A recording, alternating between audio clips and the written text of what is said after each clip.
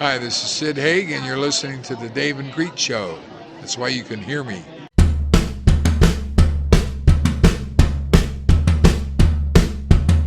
This is the Dave and Creech Show, the only podcast where podcaster CJ Creech and actor Dave Sheridan come together to talk all things entertainment with your favorite entertainers. Want to ask our guests a question? Tweet them to @DaveSheridan or @CJCNOV88, and they may be asked to our guests live on the show. We do have to ask you stay seated during the podcast because this ride may get a little bit hilarious. Now here's your hosts, Dave and Creech. I guess we'll start with the intro and go from there. Sorry. No, you're good. It's okay. I'm sorry. I'm sorry, Creech. I didn't mean to, I'll let it slide this time. I didn't mean to mess up your intro. Okay, go ahead. Go ahead. Go ahead. Sorry. You good? Yeah, I'm eating Cheez-Its, so a little bit got my throat. I'm all right. It went down the wrong hole. Okay. Hold on. My wife needs to shut the door. Shut the door! Stop. What are you doing? I'm doing my podcast. No, it's important stuff. We're doing the intro. But Lord, this is the intro. Come on. This is a go ahead, Creech. It's all good. Just don't shut the doors. Don't slam them. So loud. Now your wife probably hates me, if she didn't already. Do you hate Creech? He wants to know if you don't already. She doesn't even know who you are, man. She says that your name sounds like she has to itch something. Oh, it's never a good sign. Come on, dude. Do the intro. I think I'm... Okay, I got it. Yeah. Hey, everybody. Welcome back. I'm sorry. You did that on purpose. I'm not covering his face. I'm covering the microphone. Shut the door. All right, go ahead, Creech. Hey, everybody. Welcome back. All right, I'm done. It's good. Cleared it. You know what it was? I went to get some water for my throat, and it turned out that it was like seltzer water, and that was kind of tickling my throat. So I was trying to get the cheese nips out of my throat, and then the seltzer water was sort of like irritating it. So. Oh, okay. Mm-hmm. So you're good for sure this time. Okay, yeah. Okay. Hey, everybody out there, welcome back. Oh, God. Now that's embarrassing because I just had a big cock down my throat. Now that was Affian? Is Affian in the room? Crockett? No. Yeah, maybe. No, but it was just my houseboy, and he was dusting, and he just walked by accident, and I bumped into him. Sorry about that. That won't happen. He dusts in the nude? What do you think he dusts with? Oh, okay. Do you want to do the intro? No, go ahead. Are you gonna fuck with me again this time? No. I feel like I hear you preparing for it already. No, I'm fine. Okay. Hey guys, I did a burp. Sorry, it's the seltzer water and a little bit of semen coming up. We're good. All right, go ahead. I'm good. I think you should do it. No, go ahead. Hey guys, welcome back to the Dave and Creech Show. We are here in episode 12. Wow, has it been 12 already? We do have a great show for you today. I don't know why Dave's so quiet right now, though. And he's still quiet. So quiet. Dave is very thrilled and excited to be here, as you can tell by his absolute moment of silence. So, how are you doing this week, Dave? I'm doing good. I was holding in a burp. That was more of my houseboy. He really packs it in. He's got a lot of potassium in his loads that go down my throat. So Well, that was the best intro ever, I think. You got to put the whole thing on there. You got to put the whole thing in there. Don't you think? Really? You mean everything with the coughing and everything? Hey, hold on. I got a phone. Hello?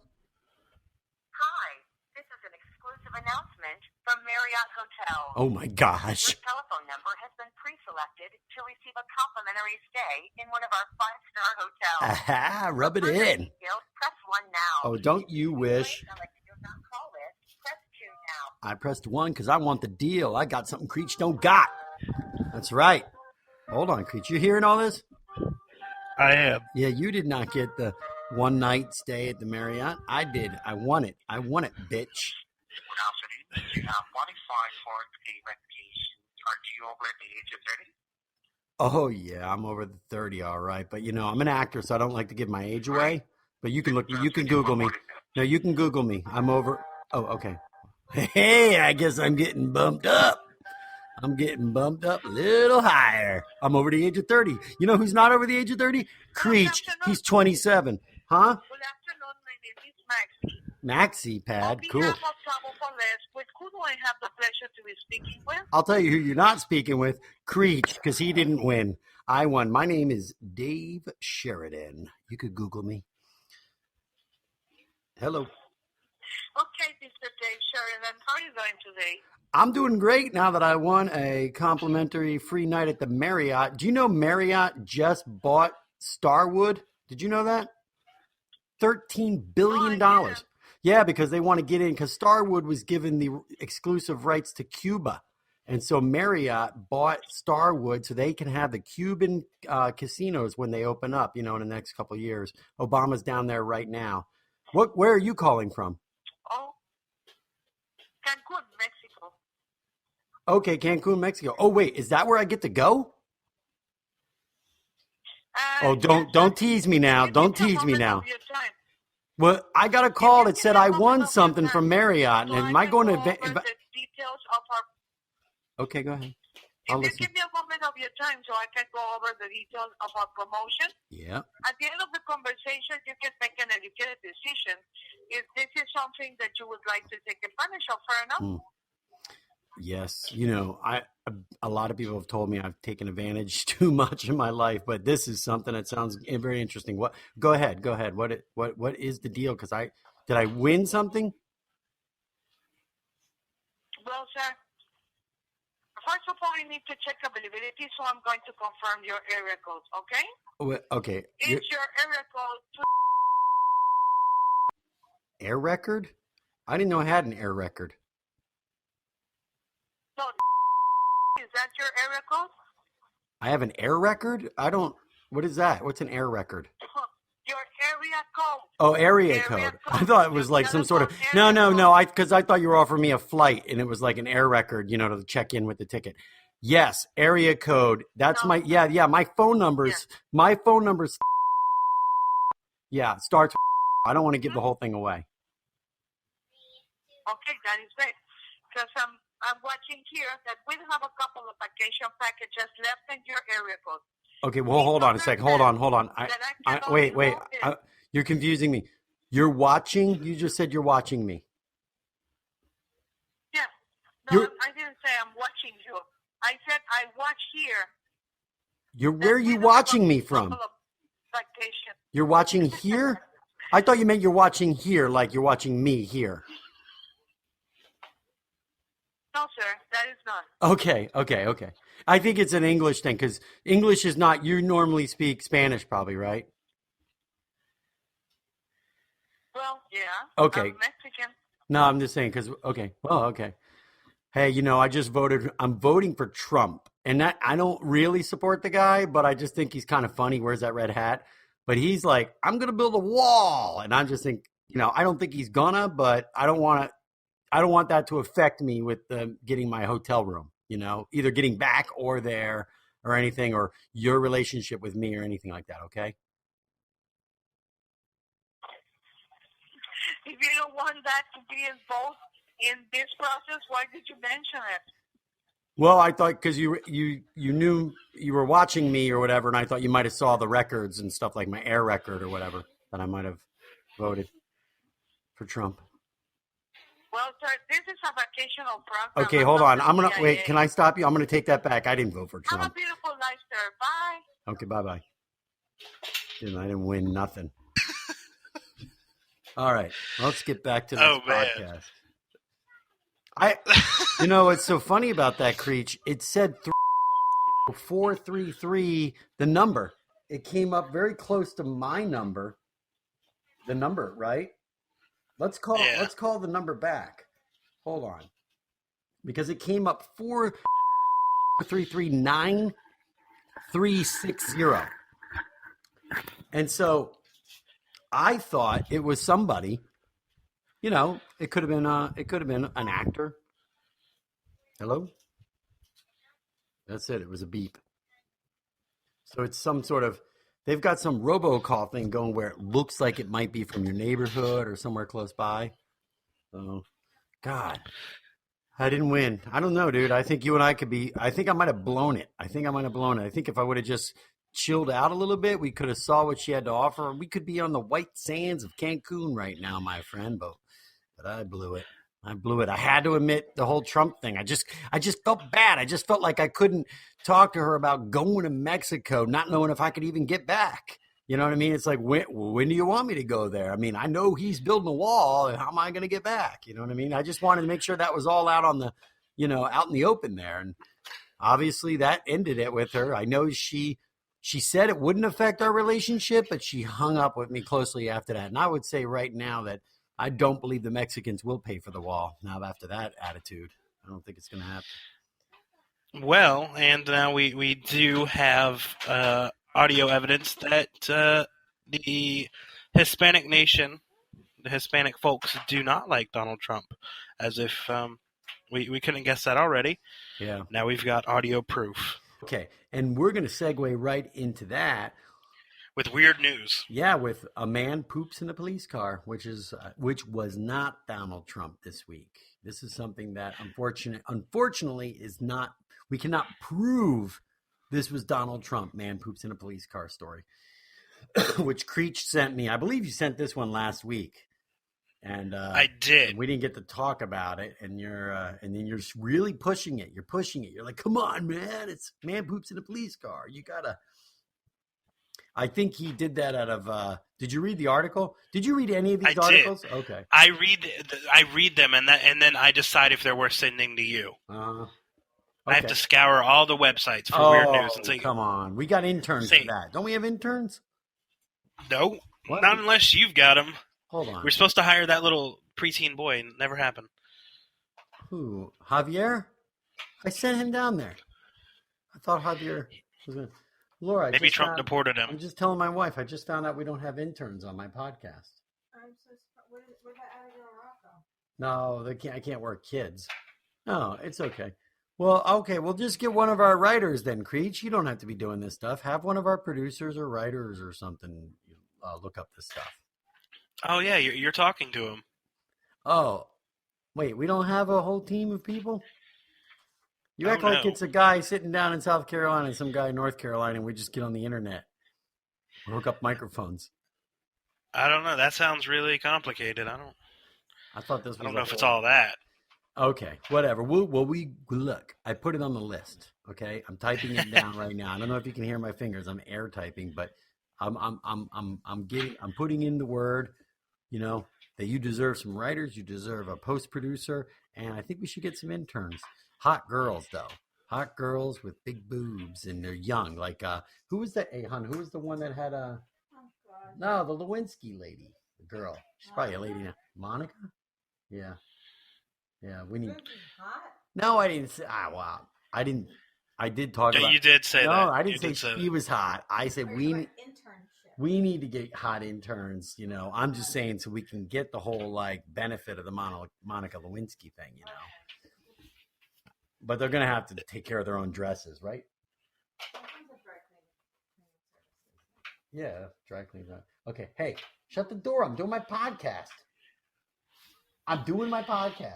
Yeah. I'm looking for interns for you, okay? Good. Yeah, you go do that. I'll be in Mexico.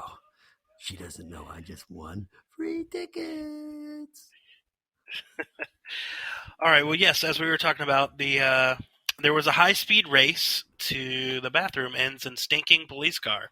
That's the headline they came up with. So I knew this was going to be an amazing story, right? Yeah, I think the guy. Do you think he really had to go to the bathroom? Apparently, the guy was speeding. He got pulled over. He said he has to go to number 2 and he's got to get home. And then he rolled his windows up, locked his doors, and still there was a high-speed chase to his house. And before he could get to his door, they tased him and eventually arrested him. Probably from the looks of him, they might have beat him up, roughed him up a little bit. And then while they were bringing him back to the police station, he pissed and crapped his pants. And I believe that they also smelled marijuana from the car, and they saw him throw a bag out of the car. So he might have been trying to eat the marijuana. A lot of people, if they smoke pot, they do have to go number 2. Sometimes it is a diuretic for some people, so they do have to go to the bathroom. That's probably what happened, A. But also, he was probably eating the marijuana not to get caught. And he probably realized he's probably so high and paranoid. He was like, I better really commit to that story. Then they'll let me out. And so therefore he shat his pants in the back of the police car. So. Exactly. And, yeah, I mean, he does, I don't know. He does look like he has some bruising on his forehead. He kind of looks like an afroed out, Hispanic version of Wolverine, kind of. What was the guy's name? He probably was Hispanic. I thought he was. By the way, he had that big bruise on his forehead, and so I thought that's where the taser hit him. You know, I had this idea that's where the taser hit him in the forehead. It's Carlos Adonis Ramos Erazo was his name. That's a good name, man. He worked the Adonis thing in there. That's pretty good. That's a good name. He's teetering on serial killer name there, don't you think? He's teetering on like one of these weird. Was it Ramos already? That's that what name? I'm saying. It was like that. Ramos. Like, weren't those the brothers? No, the Ramos brothers? No. Those were the. No, Ramos was. God, what was that guy? He was like he was the guy that creeped into rooms at night in Los Angeles and raped women and then killed them. I forget. He did. He had a cool name though. Ramos was a serial killer, but he was in LA, and I don't remember his handle because he wasn't like the Scorpion, or he wasn't the Zodiac Killer. You're thinking of the Menendez brothers. Yeah, here we go. That's who I was thinking Ramos was a killer, and here's actually a funny thing is my friend Frank Hudetz, and you could Google him. He basically, when we first moved out, he did my show, Buzzkill with me. He was from Second City, and he was one of my partners in Buzzkill. But when we first went out to LA, and this was 94, but my friend Frank Hudetz, he played, what was that? What's that show called? America's Most Wanted. Remember that show? Mm-hmm. Oh, I used to have to watch that show every Saturday. They did the reenactments. Remember how they do the reenactments? Mm-hmm. And he was cast as that Ramos guy. That's how I even know about that Ramos guy. He and I don't know his first name. I know it wasn't Raymond Ramos. What was this guy's full name again that we're just talking about now that pooped in the car? It was Carlos Adonis Ramos Erazo. Or Erazo. Something like that. Erazo. Yeah. So anyway, my friend Frank, he portrayed the serial killer Ramos guy in the reenactment show. It was his first gig when he was out in LA, and he was so stoked. It was like, yes, I'm so stoked that I got some acting work. I'm playing this Ramos guy, and he's a serial killer, and it's America's Most Wanted. Now, you know what that show's about, right? They make these reenactments to help you catch the killer, right? This guy was at large. So they make these reenactments to catch the killer. But when they make the reenactments, it was my friend Frank playing the Ramos guy. And so all the people in LA, they see this video, but it's Frank. And so when they're at like a taco shop or they're at the supermarket and they see Frank, they thought he was the Ramos killer guy. And so he got so many 911 calls that he got arrested like 7 times. Like after it aired that first weekend, they were just getting all sorts of red alert calls. Like, I see him. I know where he is. He's at the Whole Foods. He's in the Whole Foods. Because my friend was Frank was sort of like granola. He was like doing yoga. And then somebody would call in. I saw him. He was just doing yoga with me. And the police are chasing Frank down and arresting him. So that's something to consider. It was his first acting gig, and it was kind of a total curse, you know, because he got arrested a few times. They thought it was a serial killer. Richard Ramos. Richard Ramos. Yeah, known as the Night Stalker. Yeah, the Night Stalker. All right. Yeah, I knew he had a cool name, right? We were like, oh, I know he's not the Zodiac Killer. What did I say before? Scorpion? Night Stalker. I love the mullet. Richard Ramos. And my friend Frank, who also looks like Isaac Mizrahi, he played this guy. And so the difference is when they shoot those reenactments, America's Most Wanted, if they're doing something about a guy wanted in Dallas or a guy wanted in Tulsa or St. Louis, well, when the actor does the little role and he's doing yoga in Los Angeles, nobody's thinking, oh, that's the guy that I just saw who's wanted in Dallas. But Richard Ramirez, it's not Richard Ramos, it's Richard Ramirez. But Richard Ramirez, he soon moved to San Francisco and then Los Angeles, as I'm reading here. East Los Angeles neighborhood is where he stalked his victim, the Night Stalker. And so that's why my friend Frank was getting so many phone calls, because he did a reenactment about a serial killer that lives in Los Angeles. So it was kind of it was sort of a bad circumstances that happened. So, I mean, I hate to age myself here, but I wasn't even born when I was born when he was tried for it. But What year? It looks like he was in court for it in '89. So I was, depending on that time, possibly 1 year old. And he terrorized Californians starting in the summer of 1985. Oh, there you go. All right, so he was already arrested. He died in 2000. Hey, he just died not too long ago, 2013. He died. Yep, he was 50. I think he said he was 53. 53. He still looked good though. I'm looking at his Wikipedia. Guy had a good set of hair. Oh, right. He was convicted on 13 counts of murder, 5 counts of attempted murder, 11 counts of sexual assault, and 14 counts of burglary. He kind of looks like Liu Kang from Mortal Kombat. Yeah. Yeah. And he kind of looks like a Hispanic Wolverine. Yeah. The shaved Hispanic version. Okay, well, here's the thing. It kind of looks like he would be in like an 80s hair metal band. So the reenactment must have been, they weren't looking for this guy, because my friend Frank didn't shoot this thing. He shot this in 1994. So maybe it was like reliving some of their greatest cases or something like that. Well, they do those I guess they did shows where they just reenacted the whole killer thing or something like that. So, but he still had police call. People called about the guy, you know what I mean? Like literally called and had my friend, he was never arrested, but they investigated. Like they came down to the yoga studio to see if there was a guy there, because somebody called saying they saw a killer or whatever. So, the way people don't really know what the heck they're talking about. Night Stalker. What was the name of the guy? That sounds like an 80s TV show. Wasn't it? Name sounds really familiar. I mean, let's look it up on the Google machine. But yeah, Night Stalker. Night Stalker was a TV show in like the late 70s. Unless I'm thinking of another one with the guy. What was that guy's name? It's a comic book. It's based on a comic book. He's like looks like Kolchak. Yeah, Kolchak. Night Stalker. Yeah, Kolchak. Yeah, I look at that. Look at the pictures of Kolchak. That is perfect for me to remake. I'm perfect for that character. Kind of the original Ghostbusters, you know what I mean? The guy was he was a photographer for it's a comic book, Night Stalker. I see. Yeah, it looks like they might have remade it.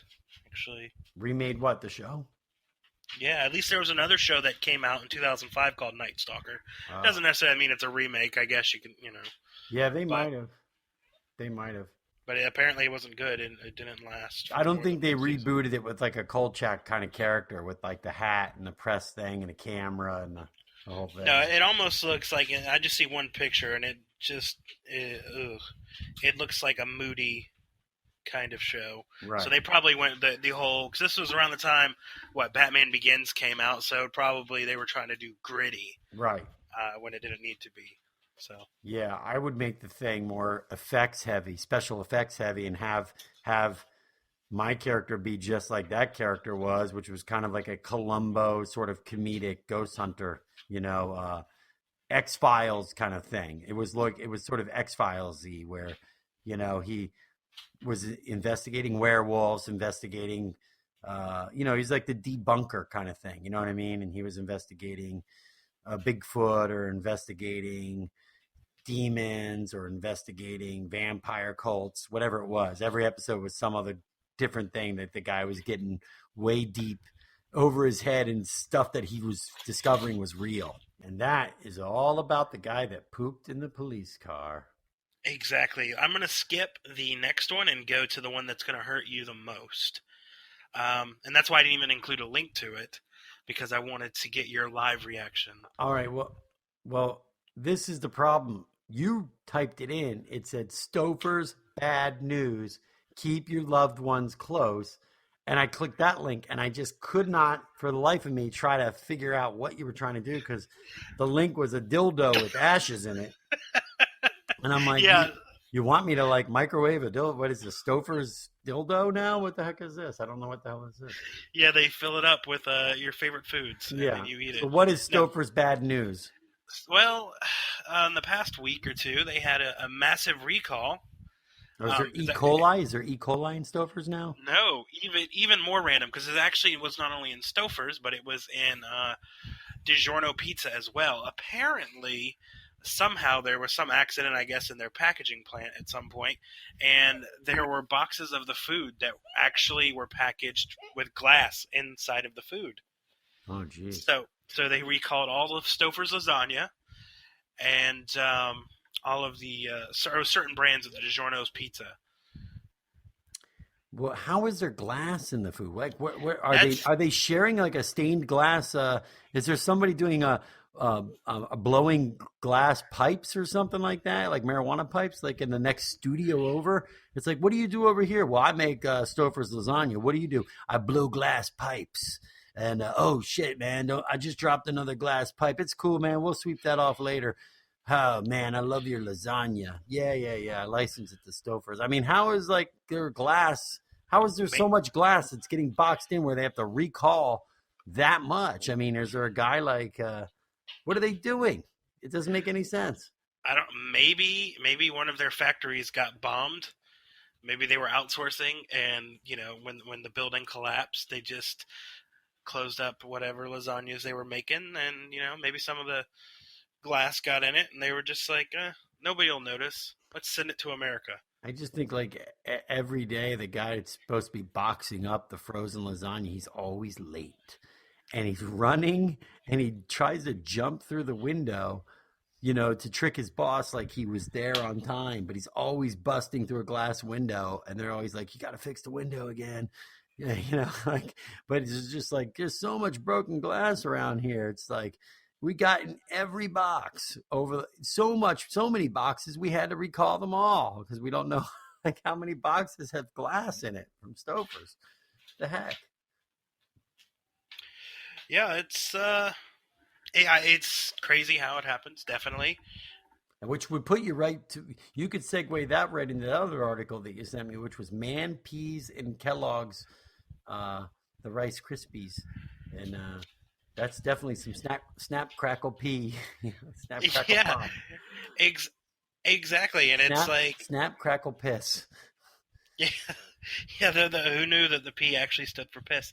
Right. And we're just, in this podcast this week, we're just making sure that people aren't going to eat a lot of their favorite foods anymore. But yeah, plus it's a lot of bodily fluid so far in this episode.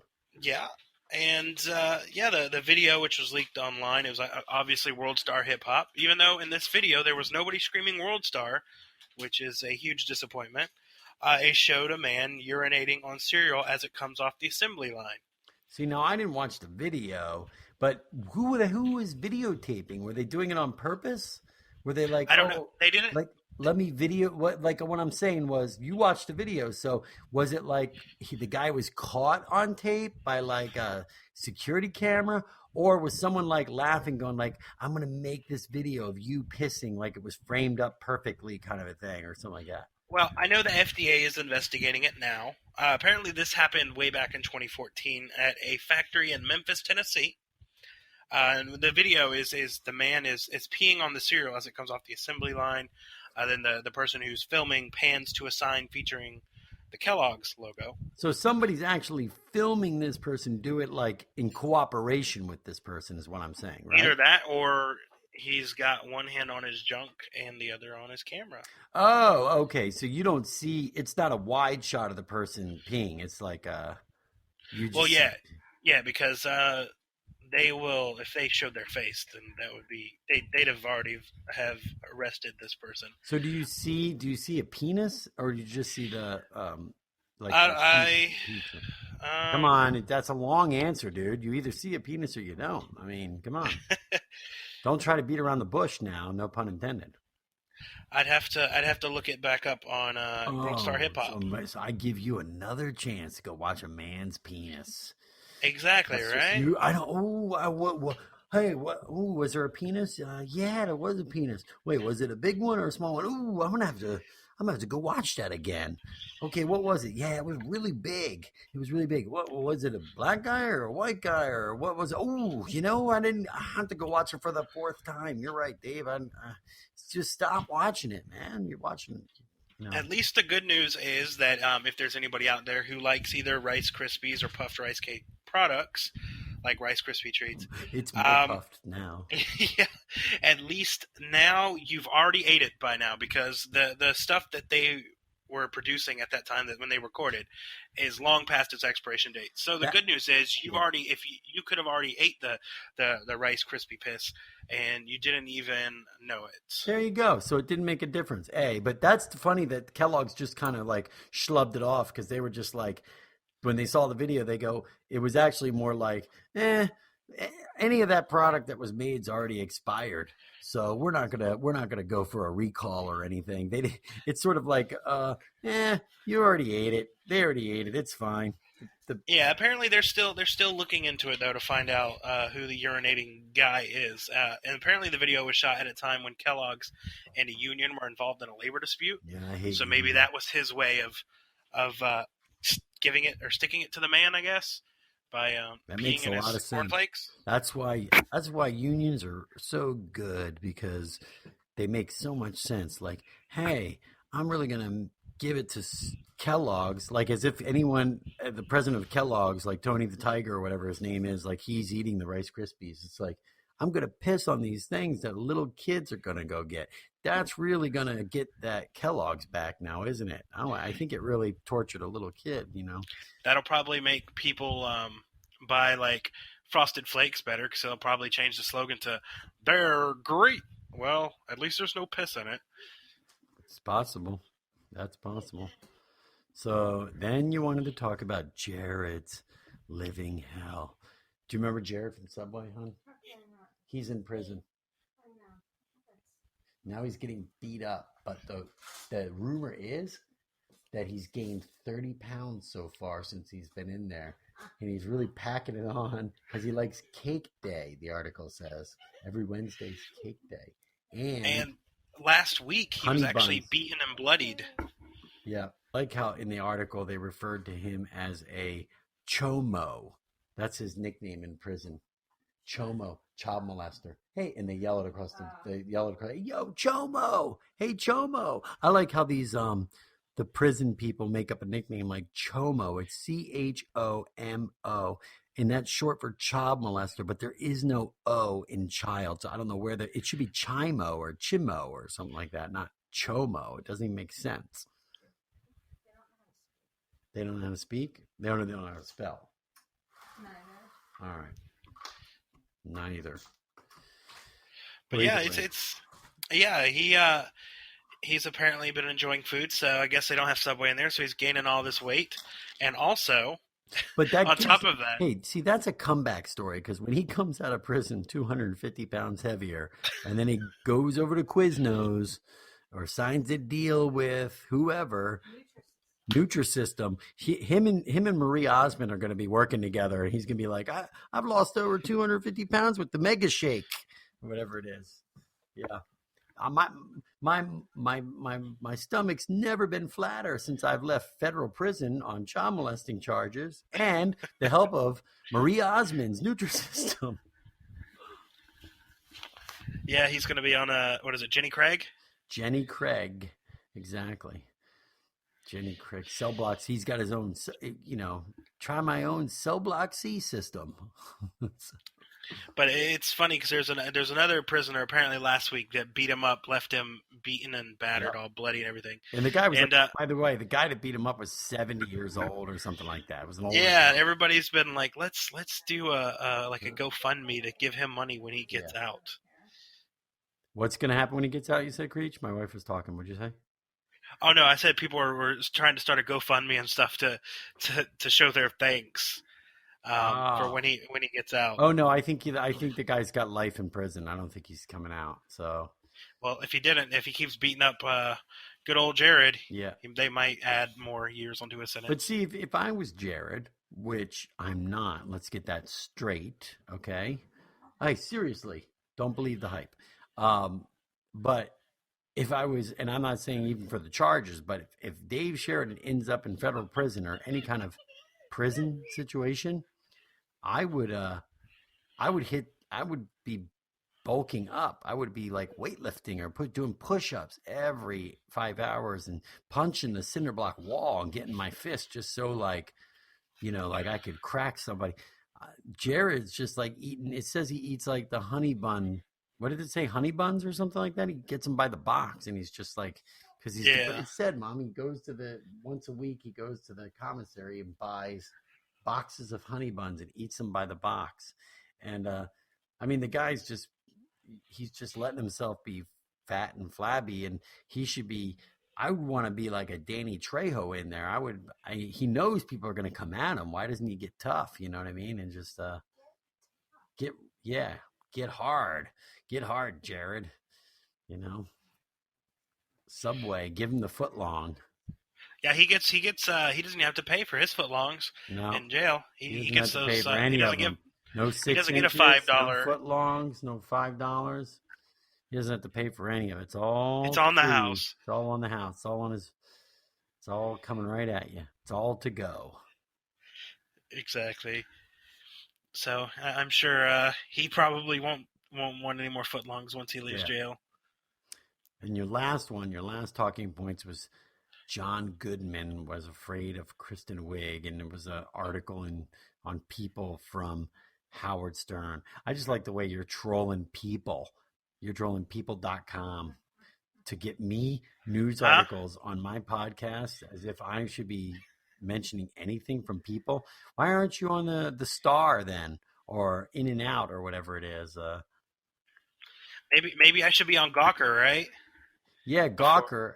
Before they go out of business, maybe. Sure. Yeah, exactly. Yeah. I don't mind Gawker. That's not bad. Dose. I like Dose, whatever that was. I know that was the one with the vibrator with ashes in it. Laura, they make a vibrator now. Oh, you're watching TV? I haven't started that. They make a vibrator where you can get your loved one's ashes put in the vibrator. So like if I die, you could put me in a vibrator, and I can always be close to you. No, I don't think so. Okay, it's fine. That's disgusting, and I don't think that exists. It does exist. Here's the link to it. I don't want to know. I'm watching something. All right. It says you can now keep your loved ones close with a vibrator. And what are you, 90 years old? That's what I was getting at. What old ladies are like their husbands are croaking and it's like, I'm gonna put his ashes in a vibrator.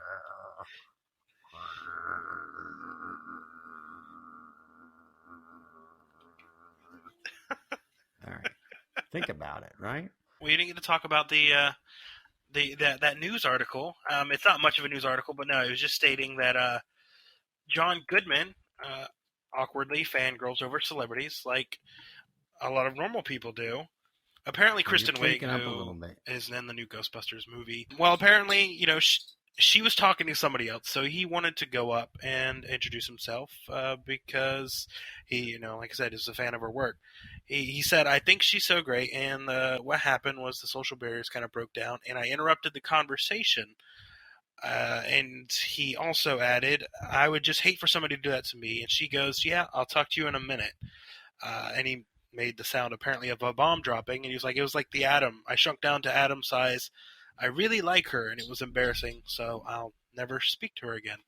Well, why would and you that not made me speak think. to someone again? Why would you not speak? I to think. someone again I think because he embarrassed. I think he embarrassed himself. So he doesn't hate her. Now he's like, I'm too embarrassed. I'm never going to speak to her again. That's yeah. He doesn't hate her. It's just like he was embarrassed that he interrupted her, and then she was like, "I'll talk to you in a minute." He's just kind of embarrassed by the whole situation. I had an awkward experience with my first ever encounter with a celebrity. Is there anybody that you've ever interacted with, even when you were starting out, that you kind of got a little starstruck by? I don't know. I can't really remember. I wouldn't say starstruck, but I definitely have, not been introduced the right way or was awkward like that or butted into somebody's conversation or something like that. So I burned a lot of bridges, that's for sure. But, well, that's always. Are you one of those guys that burns the bridge while you're still on it? I wouldn't say I don't make enemies, but I'm saying I'm not very good at party etiquette and stuff like that. You know what I mean? Like in that piece thing, he was like, she was in the middle of a conversation and blah blah blah. It's like I definitely, if someone's in the middle of a conversation and I want to talk to them, I'll interrupt. I'm not going to just butt in, but I'll say, "Excuse me, I just wanted to stop in and say this, blah blah blah, because I'm heading out," or I wanted to get a moment to introduce myself. I'll let you guys finish your conversation. Just wanted to say hi. I might do something like that. I didn't know if that would really annoy people, but okay, yeah, mine wasn't like interrupting. Like the first person I ever met that was somebody that I practically obsessed about when I was a kid was Stone Cold, and I just had problems talking. I was silent, and then he was trying to get me to do something, like to take off the pin cap to autograph this program from one of the wrestling events, and I stared at the pin for like at least a minute and a half until I figured out that he was trying to get me to take the pin cap off, and then I just stammered out, "Do you want me to take that off?" He was like, "Yeah." So then he took it off and signed it, but it was just that was pretty embarrassing.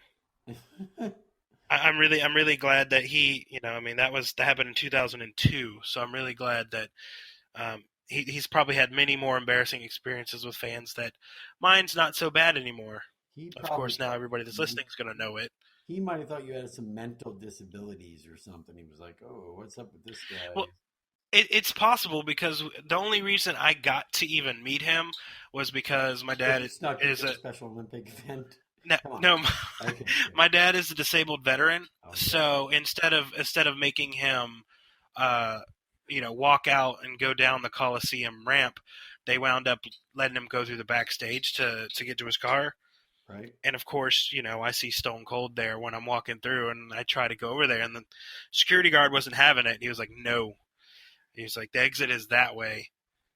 And so then I leave it, and then as we're about to go out the door, I hear, "I'll sign it for the kid." I turn around, and there's freaking Stone Cold coming my way. And at that point, I'm just like barely able to comprehend and talk. How old were you? Let's see, 2002, I was 13? Around there, yeah, 12, 13.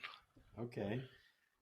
And completely starstruck, because I hadn't met anybody that I had seen on TV, let alone almost practically worshipped for the longest time at that point in my life. And that was a very awkward experience. It was very cool. Of course, It's one of the only encounters with anybody that I can't prove other than the autograph and my dad being able to vouch that I was there because, back in the parent Stone Age, there wasn't camera phones, so no photo. Oh man. No Kind of. photo. I know. Back in those Stone Age where there was no technology. Right. It was totally pre-digital, like, ish. 2002, you said, I think I had my first digital camera, the Canon ELPH. I think I had the Canon ELPH at that period, but it was like, oh man, it's 2 megapixels was like the camera for the picture size. But yeah, the cell phones were not quite a brick, but they were almost home phone size still. Yeah, I think in 2002 they were flip phones, but they were starting to have cameras on them, but maybe not quite. Right around there was probably cameras on them, but still, it wasn't an everyday occurrence. But if you're going to a wrestling thing, you neither of you guys brought a camera, a little like tiny. Well, no, we had our own. Like it was that you supply the film for. Right. And take the pictures, but I had used all the film because, the whole time I wasn't expecting to be going backstage or meeting Stone Cold after it, so I wasn't conservative with my photos. I was just taking photos here, there, and everywhere. And the sad statement was most of the photos sucked because I didn't use the flash, so you couldn't see nothing in most of them anyway. Right. But yeah, I mean, it was just one of those. When I got back there was nothing to take a picture with because I had used all my film and. We didn't have a digital camera, and no cell phones could take pictures back then. Even if they could, it would have been such a crappy quality, it wouldn't have even held up to today. But, yeah, that was my first experience. You never know. It could have held up. You never know. I haven't gone back and looked at any of my digital photos from around 2000. I mean, most of my digital photos from 2006, when I randomly, which I really should. I usually have to go on there to get old pictures like MySpace, and those pictures don't really hold up too well. I mean, granted, I should go ahead and change that profile. It's still, I think my profile picture is still me and my ex-wife at our wedding. I just really haven't adjusted it. I think it has my status as expecting a daughter. Which what is this? MySpace or Facebook? MySpace. Why don't you just delete it? You actually. I think I should change my profile. Who's on there? Not Tom. Not Tom anymore. Not our good old trusted friend Tom. He's not. No, he sold. He like got rid of MySpace forever ago. Right.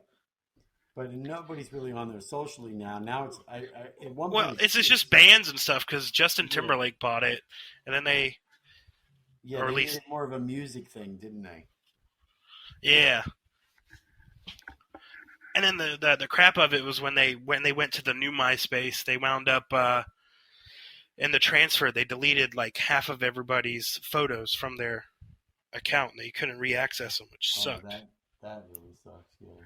I know because I had a photo of me wearing a Super Bowl ring, and now I don't have it no more because when MySpace ported over, they deleted it. Because I went to school. Anyway? No. I had it on MySpace only. It was a picture of me with one of my former classmates, Travis Jervey, who played with the '97 Packers. Okay. And yeah, he brought in his Super Bowl rings and got to wear them. And I took a picture wearing them. And then, of course, when MySpace switched over, it deleted that picture. Well, it couldn't have been one of your classmates. It just must have been somebody that went to school at your school. Well, no. I mean like college classmates. Yeah, but you weren't in college in '97. Yeah, but he was in college in 2007. After he retired, he decided to go back to college. And to be honest, he didn't do much in college. Like he was cool as hell, but he would rarely come to class. He'd usually just go surfing and do other stuff, but then would just come in on random days. What school? Trident Technical College. Yeah, and that's in South Carolina. Yeah, and so there's surfing close by. That's pretty cool. Well, there's beaches like yeah. Yeah, there's like 3 or 4 beaches within 20 minutes of Charleston. Okay, got it. And yeah, like he would usually just do that. And then, he was talking about his Super Bowl rings for the longest time. I mean, I watched that Super Bowl, but I'm not a big enough sports fan to really know anybody's name or anything. So I was like, yeah, sure. And sure enough, I looked him up, and he was legit. And then he brought in his Super Bowl rings one day, and Nice. got to put it on and take a picture with it. And then it's all gone now. Oh man, I think All that remains are the memories and the how heavy that freaking ring was on my my finger. I think you need to track them down. I think that's a road trip. I think that's a movie right there. Hey man, Exactly. I lost those that one time you let me wear your Super Bowl rings. The only pictures I had were on MySpace, and when they transferred over to ownership, when Justin Timberlake bought it, they got it deleted. So now I'm tracking you down again. I just want those photos again. Can I borrow your rings? That right there is already half a movie. I mean, Exactly. That's like a mockumentary, and like, I feel like I could probably make that. It's the greatest thing that ever happened to me, sir. Having your rings on my finger and having that photo on the internet where other people could see it. It's the biggest highlight of my life. I gotta have that back. Since we're doing a local Charleston mockumentary at that point, I might as well get Charleston's resident celebrity Bill Murray to make some random appearance at some point, seeing as one of my friends lives 2 doors down from him. Is he ever even around? Oh, he's around a lot. Basically, Charleston is Bill Murray's playground, and he just trolls people all day. There's always stories like he'll come in and just take a bite out of somebody's food, and then they'll be like, "What's going on?" He's like, "If you tell anybody, nobody's going to believe you." And he's interrupted people's like wedding, wedding photos. Just walked into their shot and just started taking pictures with them and posing with them. And he's went to random parties. And he's like just this drifter down here. You're saying he lives 2 doors down from your buddy? What is your buddy, like a billionaire or something? I mean, I would think that Bill Murray lives in a pretty nice place. He does, and they do have some money. So, but yeah, they live 2 doors down from him. Which honestly, I should just get them to start harassing him to be on our podcast, right? Yeah. Tell him I'm from Second City with him, and well, he's got an 800 number. If you find that 800 number, I'll call and leave him a message. Okay, yeah, I can do some research and find out that. Yeah, but yeah, like that he checks. So. Plus, he's down here. I don't know if you know, he owns a local baseball team down here called the Charleston River Dogs. Okay. And so he goes to every single one of their games. Ah. Well, there you go. So I should really go down to here to one of these games and just hit him up there in person. Yeah. Just have the camera and everything. Like, yeah, I'll tell you what to tell him. I'll tell you the inside information. I can't tell it to you over here, but I'll give you some intel names that you would drop, and then he would know, okay, yeah, I'll do this. I'll do the thing. I'll give you some names. There'll be coded names that he would then understand that it's somebody that, okay, this guy knows what he's talking about. You know what I mean? Yeah. Awesome. So let me know when you do that for sure. I would love to chat with Bill Murray. I loved his movie. Exactly, right? What was the movie he did? Do you remember? I mean, he's done quite a few, but I think one of my favorite and most recent. He was the dad in Wayne's World, right? Oh, it's been so long since I've seen Wayne's World. He wasn't the dad in Wayne's World. Oh, but he was in Zombieland. That's right, he was. And Groundhog Day and Stripes. We can ask him about that. You know who he replaced in Zombieland? He played himself. Do you know who he replaced? Oh yeah, he apparently replaced The Rock. No, Patrick Swayze. Well, then apparently he replaced 2 people. Yeah. Because I think at least it was originally written for The Rock. Maybe. I do know that Patrick Swayze was cast in that role, but then he was sick, and he couldn't do it. I never heard anything about The Rock, but I do know for a fact that Patrick Swayze was like literally supposed to shoot that. Maybe even did shoot it. I think he might have even shot it and they cut him out because he died. And because he's a zombie. You know what I'm saying? Like he died and then they were like, oh, we don't want a zombie thing, you know? So. Well, that, and I do have to say that speaking of Zombieland really quickly, they are making a sequel to that, and we need to get you on Zombieland 2. That would be cool. You say, yeah, you say that most people only want you for comedy roles. Well, I mean, come on, you'd be perfect for Zombieland.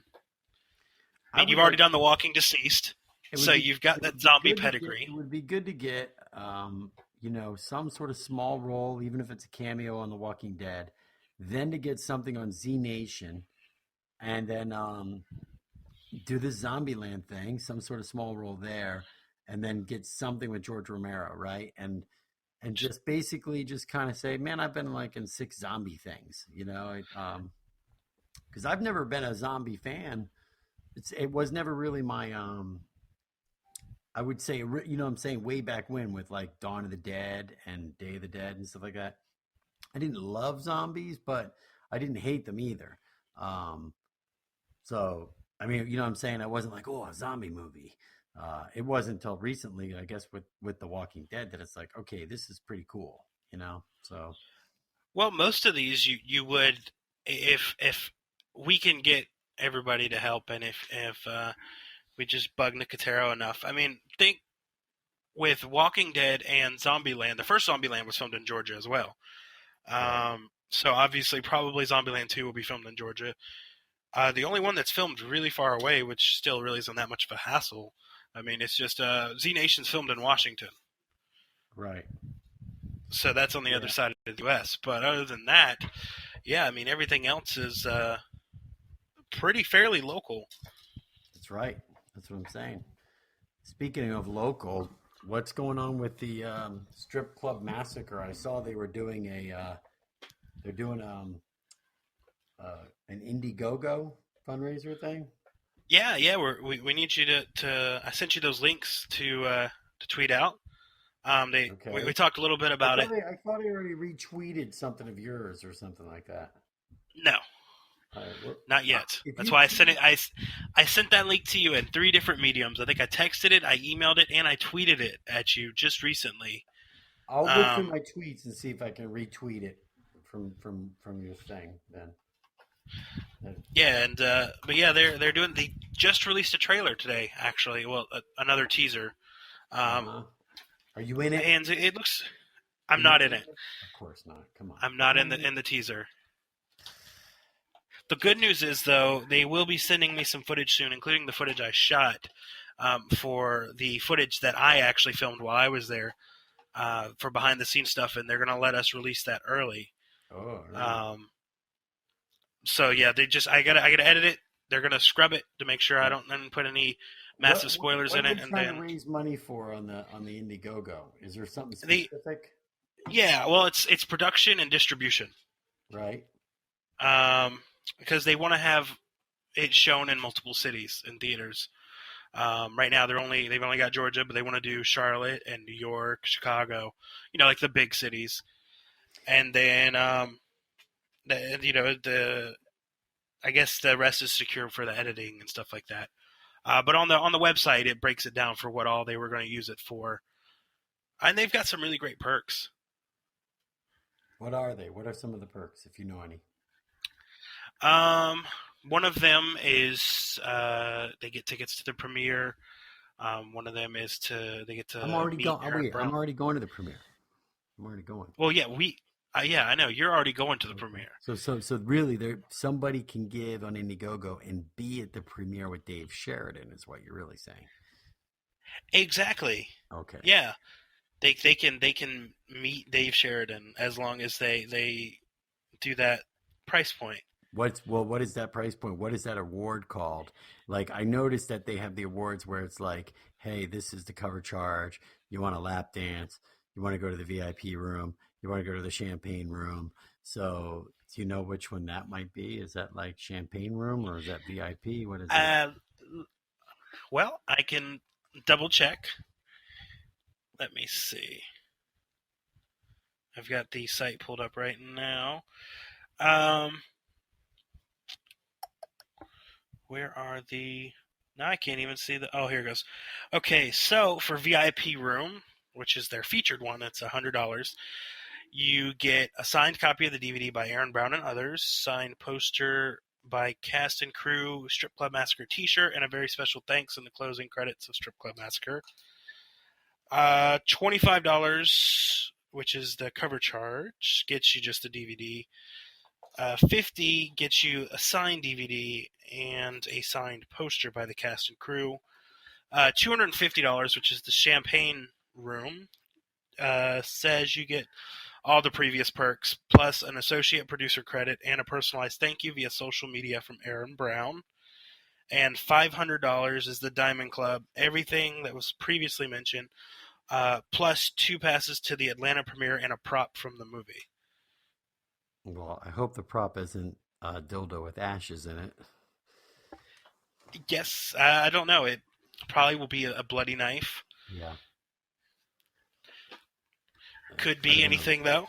But yeah, they just actually and what they're trying to raise money for, since I've got the site up, is distribution for DVDs and Blu-rays, etc., editing, post-production, marketing, and promotion, plus premiere venues. States our first premiere will take place at the Plaza Theater in Atlanta, Georgia, and we plan to also travel to other cities such as Charlotte, Pensacola, New Orleans, Knoxville, and others that have not yet been released. And lastly, film festivals. Strip Club Massacre plans to submit to various film festivals, and any and all festivals we are accepted to, our main cast will be on location for Q&As. So how much money have they raised so far? $605. I'm assuming somebody paid $5, which is really weird. Well, not really weird, I guess. Yeah, I guess you can donate if you just want to donate, right? But yeah. Yeah. Okay. So that they were at 605 a few days ago, so it's not like it's yeah, and they're trying to get like 6,000, right? 6,500. But at Indiegogo you get to keep pretty much all the money, right? Yeah. So. Yeah, whatever, it's the flexible funding, so whatever is raised that they'll get, and they can still, I believe with flexible funding, that perk or that option, you can still make money after the project ends. Okay. That's interesting. I don't know anything about any of these crowdfunding things. Some of them you have to meet your goal or you don't get the money. Some Right. of them you get it no matter what, and then others you can actually still raise money after it's ended. So if somebody just randomly comes up after it's ended and hey, let me donate $50, you can still get it. That seems to kind of defeat the point of saying something's ending. Exactly, but after they donate it, I think once the deadline's been reached, you don't get the perks though. So then at that point, they're just donating money to donate money. Oh, okay. So yeah, that's a kind of an interesting person to be like, I'll donate to this for nothing. Yeah, it's let me donate $50. I'm not going to get anything, but I'm a cinephile, so that's what I want to contribute to the arts. All right, do you want to let's talk about the Sid Haig interview really quick. Yes. Where did you catch up with Sid at? Well, I caught up with Sid at Days of the Dead. Got it. Once again, I interviewed another person that you helped kill in The Devil's Rejects. So let's go ahead and get to his interview. Hey everybody, welcome back to the Dave and Creech Show. I am here with the iconic Sid Haig. Once again, thank you again for taking the interview. My pleasure. My pleasure. Now, most people know you as Captain Spaulding, and you played that in both House of a Thousand Corpses, Devil's Rejects, and a small appearance in The Haunted World of El Superbeasto. If you had to pick a favorite moment of playing Captain Spaulding, what would it be? Well, I don't know. Geez, that's tough because I had such a good time doing the whole thing, So to isolate one scene, I don't know. I wouldn't be able to tell you. I just like doing the whole thing. Is there a favorite line? Well, the fan favorite, okay, is, what's the matter, kid? Don't you like clowns? Don't you think we're fucking funny? Don't make you laugh? I tell you what, I'm going to come back here and check up on you and your mama. You ain't got a good reason for hating clowns? I'm going to kill your whole fucking family and get the fuck out of here. That's it. All right. And now, back when you first read House of a Thousand Corpses and read Captain Spaulding's lines, did you have any idea that he would go on to be such a beloved character in the whole Rob Zombie universe? No, I didn't. We were just making a movie. Okay. It's been an amazing time here at Days of the Dead Atlanta. You were always a fan favorite. What do you like most about conventions like this? That I get to connect with the fans. See the thing, these are the people that put food on my table, okay? And I want to say thank you as much as they want to, shake my hand and take pictures with me or whatever. It's just the way it is, You got to pay respect for the people that are respecting you. Well, I guess that'll do it here for us. Dave Sheridan sends his love. Hope to see more from you in the future, and thank you again for doing the interview. All right, thank you.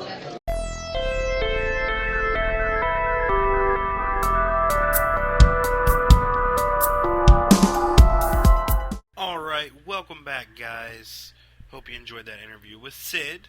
From that interview, we are going straight into the Walking Dead Wrap-Up. Alyssa's ready, Dave's ready, so let's get to it.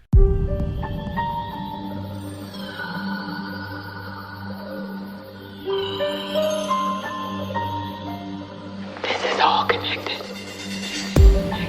You show up, and now 3 of us are gone. Why'd you bring us here?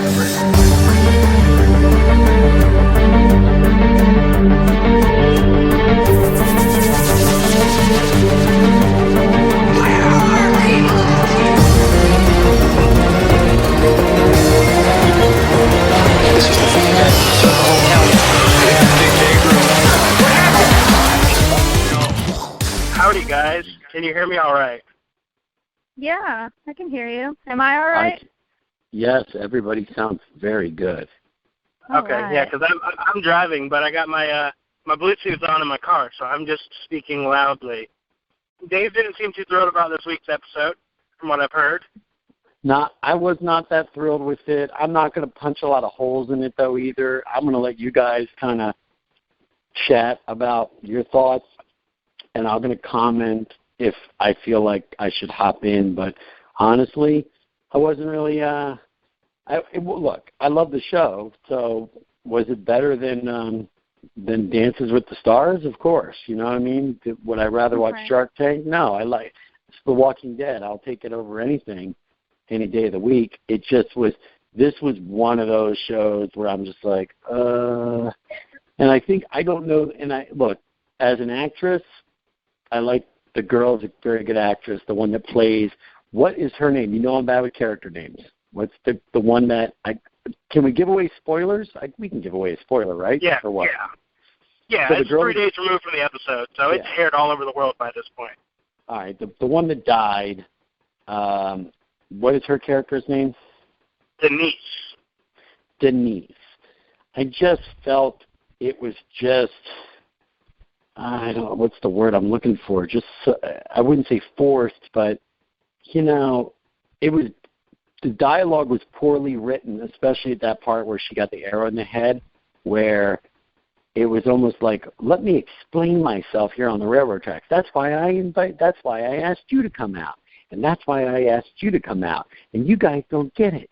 You're not living. It's like, it was almost out of her character. You know what I mean? It was almost like, was she having some bipolar moment where she was not her character anymore, and she was taking this time to teach Daryl an after-school lesson of what his life is about, because he reminds him of my brother. And does that make any sense to you guys? It was just like, why is she stopping on these tracks and telling these guys, this is why I brought you out here, and I was trying to teach you guys something, and blah, blah, blah. It was just weird. And the whole thing just seemed so forced and out of her character, and almost just like, like, it's almost like they said, how do we get rid of her now? How do we kill her? What's that episode? Oh, we have her go here and something she saw and blah, blah, blah, and then we'll have her do this. And it just was conveniently backed into, oh, we need someone to die.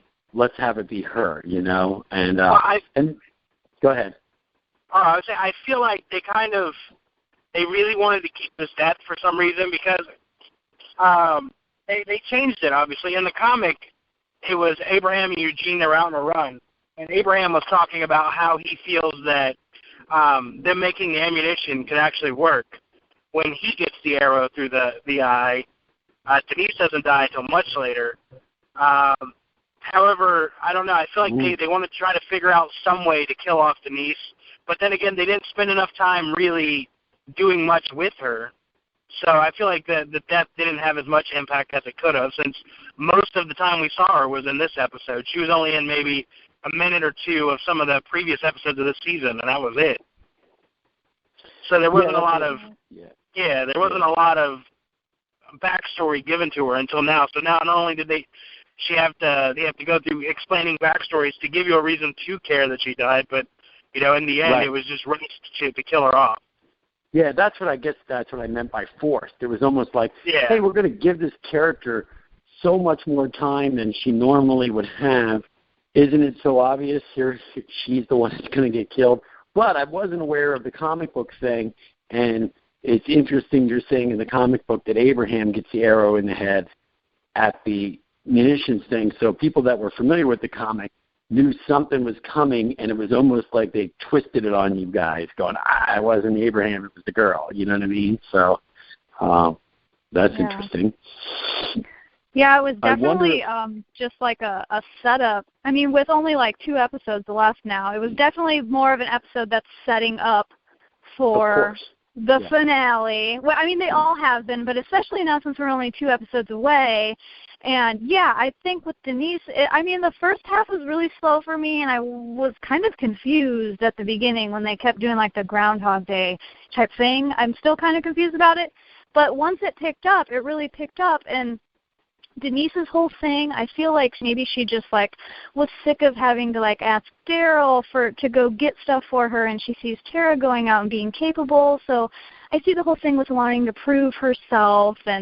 But, yeah, it seemed like they I should have known that it was going to happen when they started giving her more story than she usually has, because that's how it usually goes. But, I mean, I liked when it started with her getting the arrow. I mean, from there it was like, oh my gosh, like, because it gave me the same kind of like surprise as the comic did when Abraham got it, because he was kind of just mid-conversation, and then the next page he's like, you know, uttering the words like she is, like still trying to get the words out even though she's got an arrow in her eye. So I like how they played that. But yeah, I mean, overall it was a slow, not my favorite episode, but I see why they did it, setting it up for the finale. It makes sense. Oh, look, the arrow and the death was awesome in terms of, you know, the way they shot it and stuff, and the acting and stuff. I thought that was great. The whole thing with the mundaneness at the beginning and the repetition was basically to show a little bit of passage of time since they've rescued.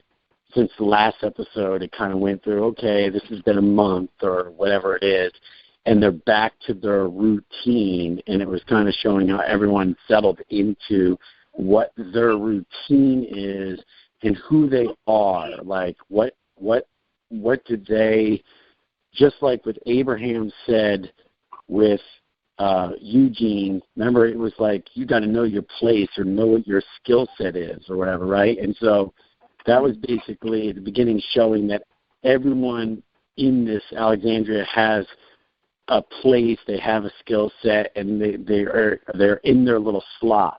And then this show is now breaking that up, going, we're going to show Eugene going, I don't want to be in this skill set. I want to show that I'm worth something more. I want to step outside the box. I can take a zombie on. And the same thing with, you said her name was Deanna? Denise, and that was the same thing. So here you are in this routine. Everybody is like the worker bees, you know, a bee's nest, a fine little machine. Everyone's got their position. Open up the thing, take out the, you know, transport the guns, you know, open up the garage, do the rounds, relieve this guy at the duty, whatever they are, whatever the guy doing the Tai Chi, every morning. It was all routine. And Denise was now wanting to break that routine as well. She was like, let me go out. I've been training I can do the machete. Let me go. I'm ready. You know what I mean? And it's like, you're not ready, so. Right. Yeah, because I was wondering, Carol, I was like, okay, well, and then I was thinking, throughout the episode, I was thinking, why are so many people out right now? Like, you guys just killed a ton of people, and everybody's like, hey, I'm going to go here, and I'm going to go here. Let's all be out and vulnerable.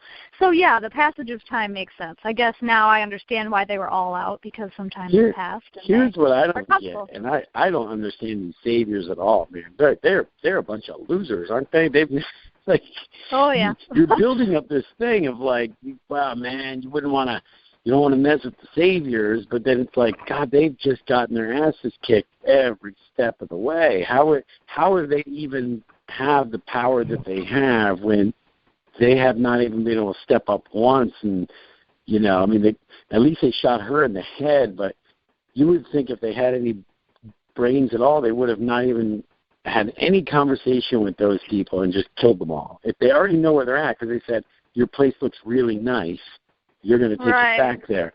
Why wouldn't they just go in then? If they've already seen it, they've already been spying on them, why wouldn't they just chop their heads off, roll up with motorcycles with Daryl's head on the front of the motorcycle and, Eugene's mullet and everyone else's, beheaded things on a stake? And the other thing is, the guy with the burn, he was one of the guys with the two girls, right? And he stole the bike and he stole the crossbow, correct? Correct. Yeah, Dwight. Wasn't he running from the saviors in that episode? Wasn't he trying to get away? He was. Apparently they took something from the saviors that they had worked for, and they were trying to get away from them when we saw, and I think it was episode 6 of the first half, the saviors did find Dwight. Right. You found Dwight in what episode? I think it was episode 6. It was right before the finale. It was either, it had to have been episode 6.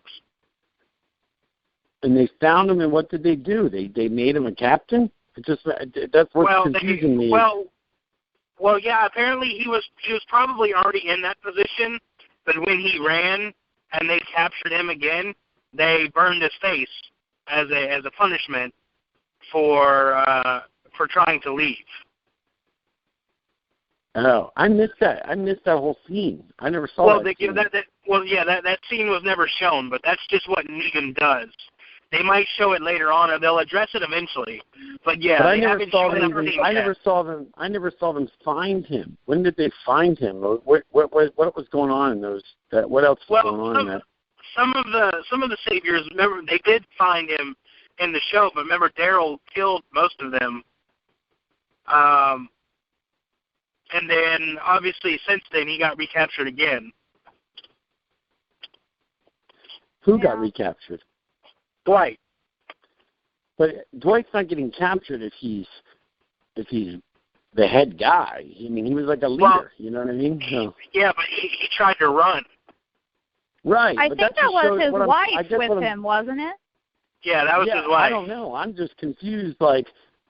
Yeah, I think what it was he was trying to get away with his wife.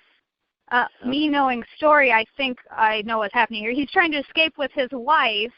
And I think, for whatever reason, you don't leave Negan's crew. I mean, we saw with that one girl that Maggie confronted, she had like a pinky missing because she wanted to go find, stole gas to find a fellow comrade. So if he's going to punish people for that, I can only imagine if like Dwight and his wife ran off just to leave, just to be safe. I don't think he's having any of that. And I think we saw that scene where Daryl was with them. I think they thought Daryl was one of the saviors and they captured him on that one episode.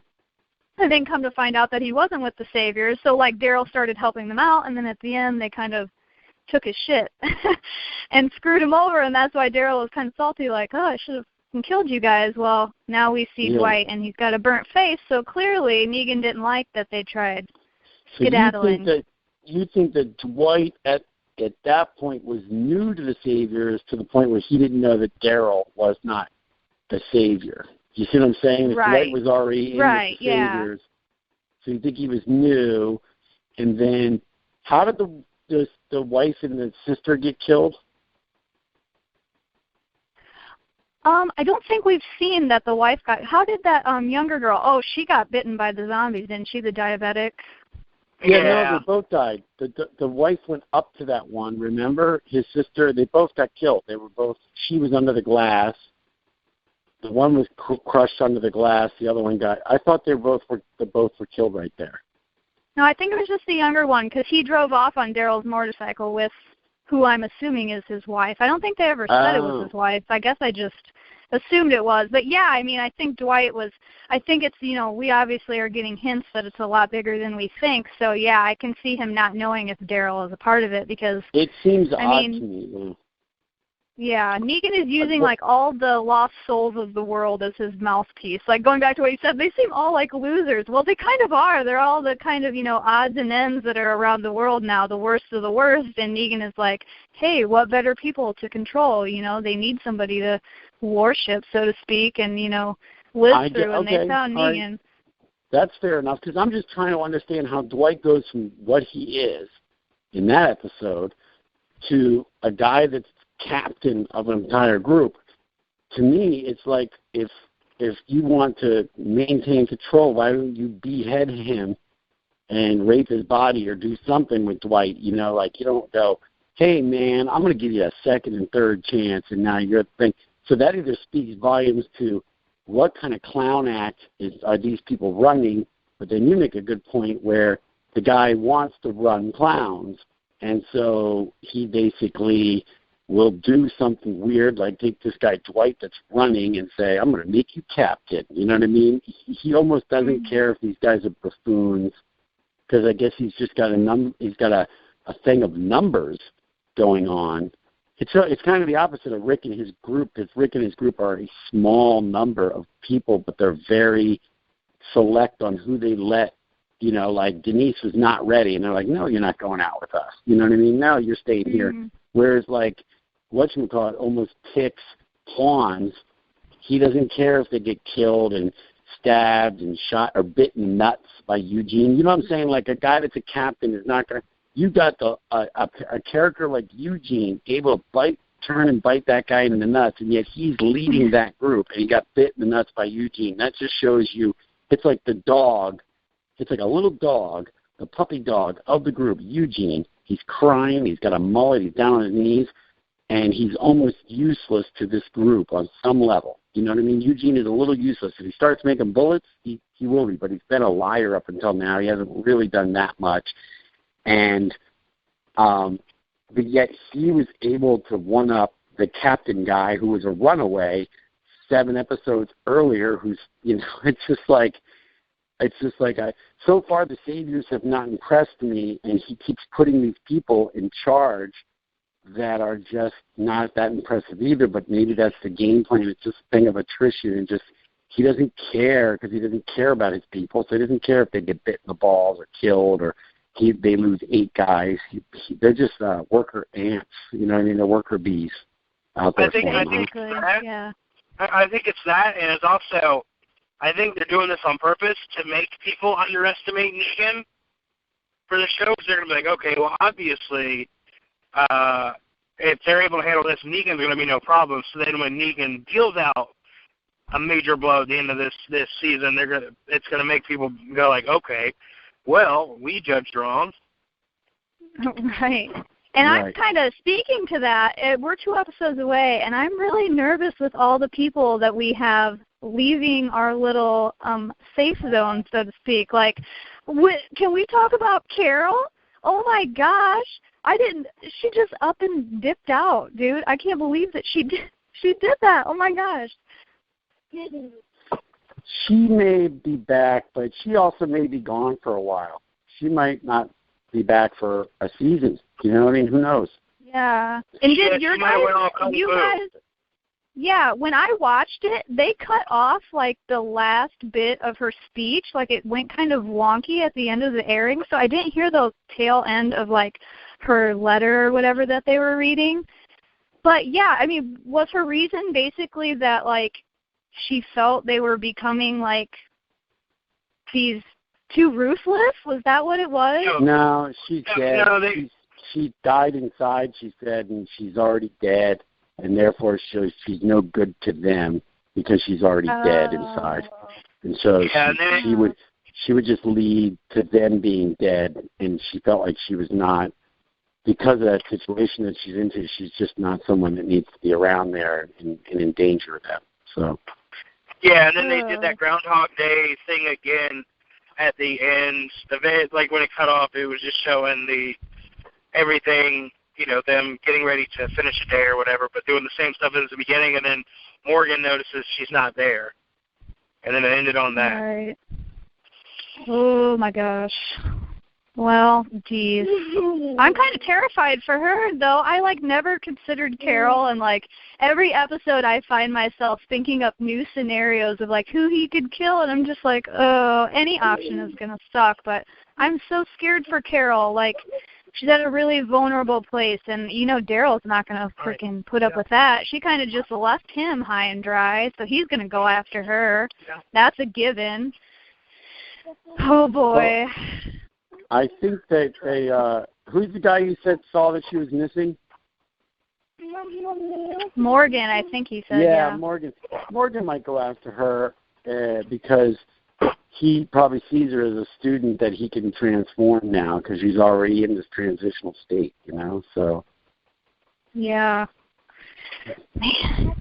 But I'm just like, I felt so bad for Denise, and then, you know, I'm thinking, oh, great, now they're without a doctor. They go into war here with Negan and his men. They lost, like, one of the most important people that they would need back at their place.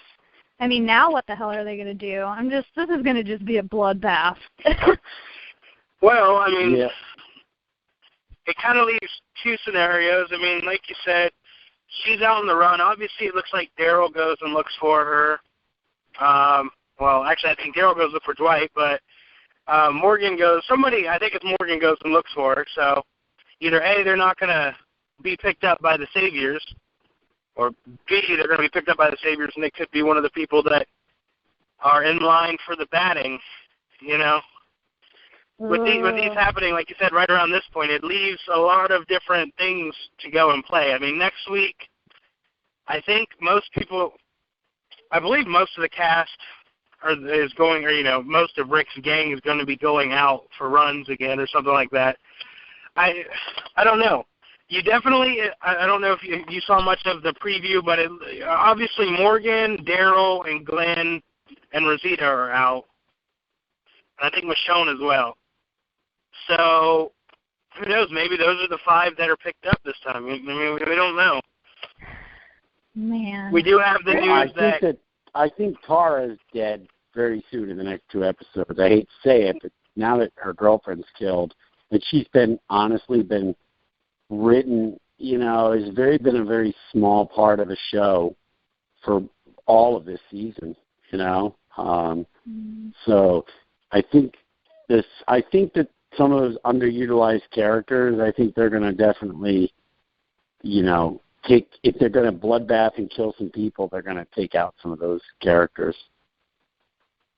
Yeah. I mean, what a horrible time to try and pick a fight with this other group when ours is so broken. People are, like, leaving. And, I mean, geez, Rick, what a time to lead us into war, huh? Plus, it's going to be a huge finale. They've announced that it will, in fact, be 90 minutes long. Oh, good. Oh, sweet. Are they? Did you say they're doing the thing where they're airing the first time him cussing and doing all the Negan-ish words, and then the next one will be censored? That's one of the things I've heard that might be. I know they did, in fact, film 2 different versions. They definitely filmed a TV appropriate and then an actual, for a worst case scenario for the Blu-ray or DVD, there will be an uncensored versions of Negan's talk. However, I don't know what they're going to do. I know that they've been working to see how much they can push the boundaries on cable television. what they can get away with for this episode and with Negan in general. So, I mean, we'll definitely have to wait and see. But, I mean, at this point, we're under 2 weeks away. I can't believe that. It's an hour and a half long finale, so it's going to be, hopefully they'll utilize this hour and a half better than they did at the last season finale. Yeah. Because season 5 kind of drug on with that last episode. Yeah, I definitely think it will. Negan will be a game changer. I think that leaving it with Negan, that's going to be, I always say it every season, like, it's going to be the hardest wait ever, but this is going to be a really big finale, and he's unlike anything we've seen, and then we're going to have to wait for the show to come back on. It's going to be torture. Here's my theory on what they're going to do. Once again, I don't work in Hollywood. I don't even do much writing. I mean, I write occasionally.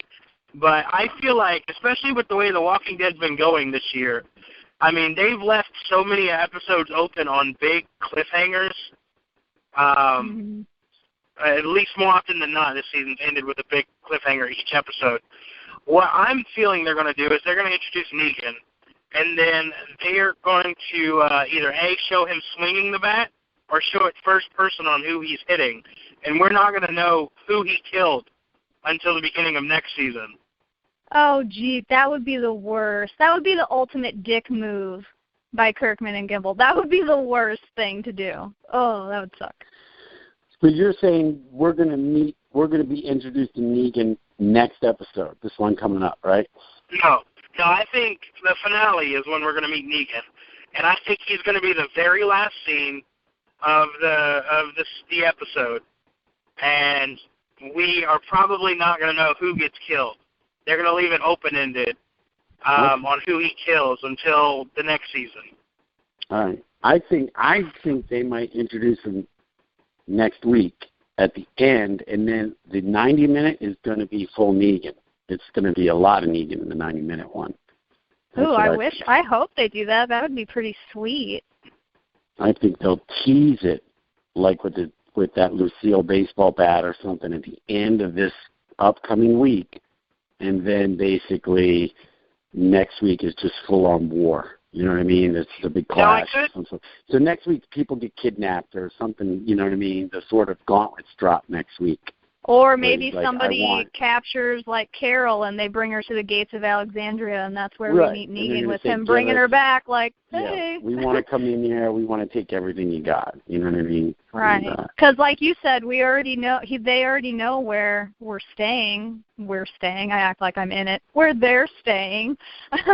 So we know that they know the location. So, man, who knows? They could show up at the front gate anytime now. You are really transferring yourself into Alexandria, man. You better. I am. Be careful now, okay? I know. The lines of reality are being blurred. You're like, I know we can do it. I know we can take them, and I know they see where we're staying, but and I'm like, okay. I'm gonna start morphing into Rick and just. It's gonna be terrible. That's like me when I flip out over my favorite football team, and my wife's like, "Do you own the team?" I forgot. How much dividends do you get when they win? Do they give you a bonus when they win the Super Bowl? I'm like, oh yeah, you're right. I have nothing to do with the team. Why am I freaking out? Well, it just happens. You become invested. Man. Absolutely. Why not? Have fun with it. Right. Yeah, I feel there's going to be a lot of people screaming at their TVs by the end of this season. If not at the end, by the end of the next episode. I honestly thought that she was going to get killed by a zombie, Denise, when she was trying to get that cooler. Remember that? Yeah.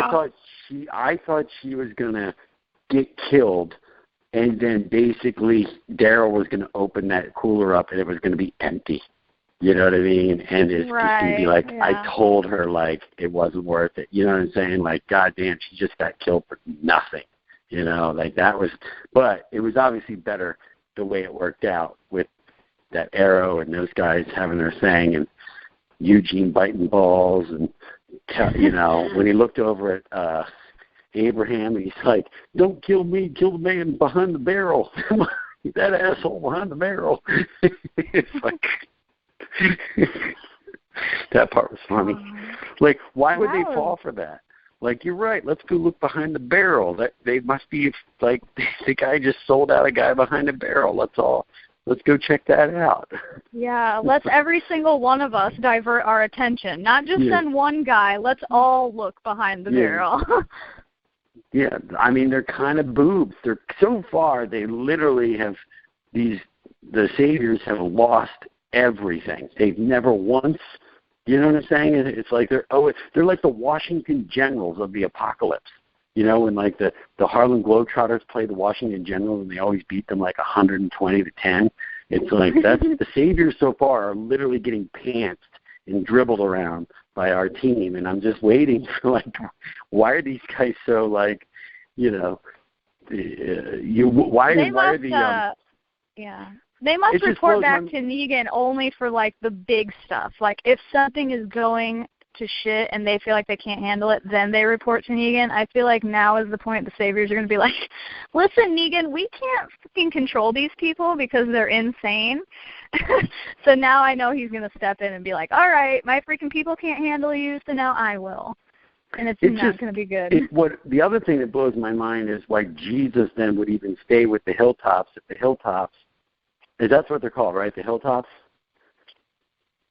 Yeah, I don't know what they call the people there, but yeah. The Hilltop Heights? I don't know. Hilltopians? Yeah, something. The Hilltopians? The Hilltopians? Why Jesus would stay with them when if they are bowing down and taking it up the ass from these saviors, and these saviors of these saviors of this buffoonery, they're like the Keystone Cops in a weird way, that makes this Hilltopians that much more like pussies, you know what I'm saying, that they haven't even fought back. And it just kind of complexes me why Jesus, who kind of is like a ninja in some weird way, he seems to have his shit together, why he even stays remotely engaged with the Hilltopians. Like, I don't know what that's about. Maybe he wants that painting. Maybe he loves that painting that's inside the house.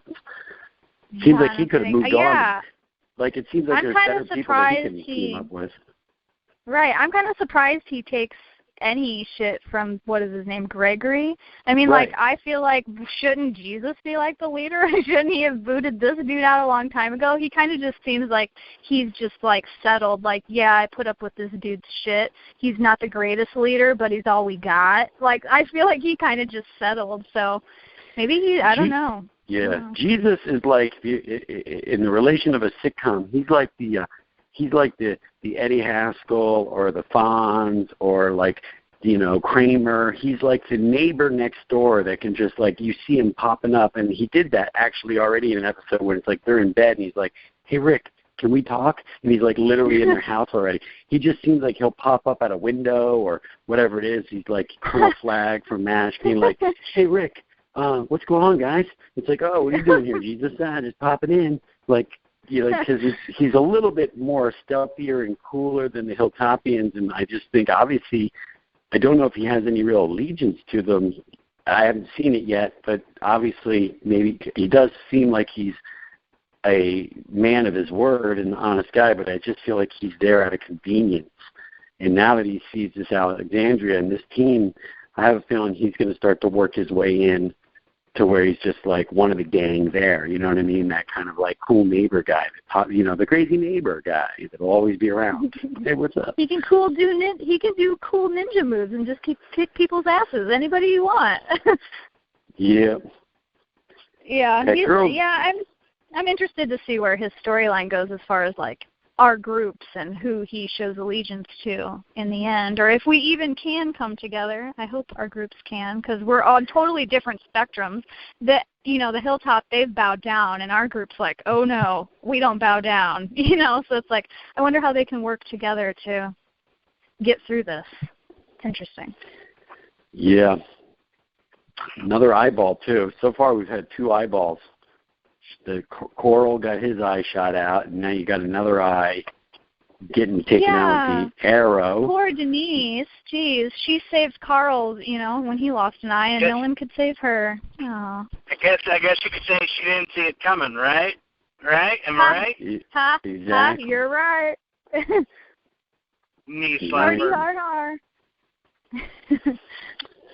All right, well, I actually don't know if, I think we covered everything. You guys can keep chatting here if you want. I have to hit the bed because I got to get up at 5. I know you're driving with your kid, but it was that kind of episode. I can't wait when we get to the 90-minute finale. We're probably going to have to, honestly, we should probably, Creech, we shouldn't even have a podcast, and we should just have us three talk about the big finale for that podcast. You know what I mean? That'd be fun. Yeah. All right. Well, I guess that was interesting.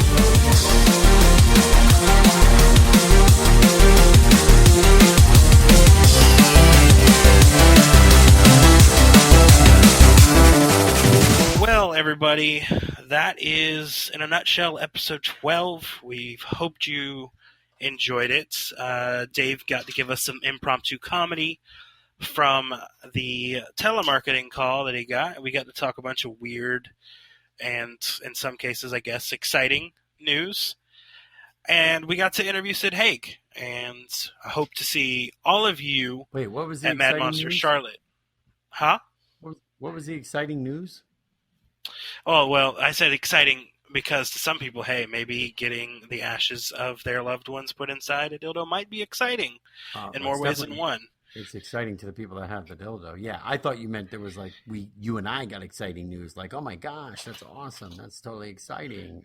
Well, the exciting news that Dave Sheridan almost won, a stay in a hotel, a Marriott. Well, and that's pretty exciting. But yeah, make sure you check me and Dave out at Mad Monster Charlotte this weekend. I think it's actually called Mad Monster Party. Dave's going to be signing autographs and taking photos. I'll be probably just taking photos if you want. I mean, I'll sign stuff, but I don't think anybody's going to want my autograph. We'll find out soon enough. But I'll be doing interviews and sitting at Dave's table throughout the weekend. Possibly not Sunday. And in the next couple of weeks, probably next week or so actually, we should be getting Michael Cudlitz on. Plays Abraham Ford on The Walking Dead. If you haven't already, make sure you send us your fan questions. Make sure you tweet them to me. I don't want you to blow up Michael or Dave's Twitter feed. My Twitter handle is at CJCNOV88, or you can just tweet them to @Dave and Creech, and we'll make sure if you have any lingering fan questions, we can see about asking him during our interview. And lastly, in 2 weeks is not only the Walking Dead season finale, but Mr. Christopher Barry, who played Negan Savior Bud, will be back on the podcast. He'll be joining the wrap-up to talk some Walking Dead and to just shoot the shit with Dave and myself. So, unless Dave has anything else to add, that's going to wrap it up for episode 12 of the Dave and Creech Show. See you guys next week. Shut up and sit down.